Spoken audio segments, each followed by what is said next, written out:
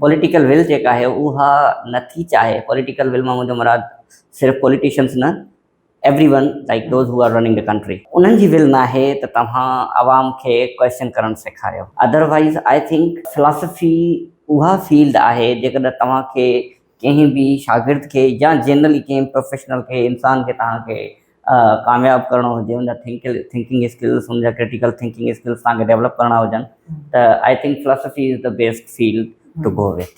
ऐं अनफॉर्चुनेटली असां वटि ईअं कोन्हे को। असां वटि तव्हां पूरे पाकिस्तान में मां जॾहिं हीअ फिलॉसफी में मास्टर्स पे कई त मां कोशिशि कई त मां कंपेरेटिव स्टडी कयां चाइनीज़ फिलॉसफी ऐं पाकिस्तान में जेके फिलॉसफर्स आहिनि जेके उन्हनि ते कमु कयां।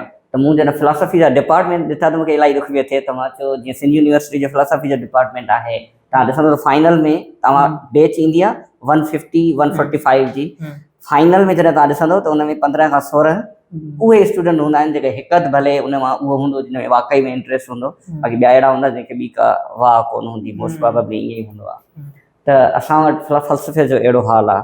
पर अगरि AI जे दौर में ॾिसिजे हींअर जेका रेलेवेंस जेका फ़लसफ़ो पूरी दुनिया पाकिस्तान में न सिर्फ़ु बल्कि मोस्ट ऑफ द वर्ल्ड में पंहिंजी हिकिड़ी रेलेवेंस विञाए वेठी हुई फिलॉसफी, पर्टिकुलरली आफ्टर AI उनजी न हिकिड़ो रीबर्थ जंहिंखे चऊं, री इमर्जेंस थी आहे इन फील्ड जी।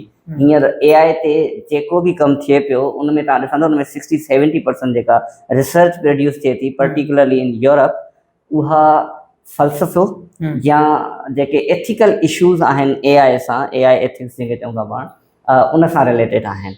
तव्हांखे तक़रीबन रिसर्च इन सां ई मिलंदी त भई इन सां AI जे अचण सां डिफरेंट फील्ड्स में एथिकल इशूज़, पर्टिकुलरली मां जीअं एजुकेशन में कमु पियो कयां त असां एजुकेशन ते ॻाल्हाईंदा आहियूं त भई जीअं अकेडमिक इंटीग्रिटी जा, प्लेजरिज़म जा या डिफरेंट अदर जेके ट्रांसपेरेंसी बायस वग़ैरह जा इशूज़ थियनि था, त हींअर त हुनजी रेलेवेंस जेका आहे उहा इलाही वधी वई आहे। पर अनफॉर्चुनेटली अञा बि असां वटि उनखे एतिरो हू कोन थो ॾिनो वञे, इनकरेज नथो कयो वञे। सिंपली इहो आहे त असां वटि आई डोंट नो हिते चवणु खपे या न चवणु खपे, असां वटि न माण्हुनि खे हिकिड़ो लकीर जो फ़क़ीर ठाहिणो आहे। ऐं जीअं उहो नॉम चॉम्स्की चयो आहे न त हिकिड़ो मैन्युफैक्चरिंग कॉन्सेंट वारो सेटअप आहे जेको शुरू खां वठी उन्हनि खे अर्ली चाइल्डहुड खां अची वेंदे हायर एजुकेशन ताईं वेंदे प्रोफेशनल लाइफ ताईं उन्हनि खे उहो ई डेवलप करिणो आहे। उनजे करे फ़लसफ़े खे कोन पढ़ाए कोन्हे।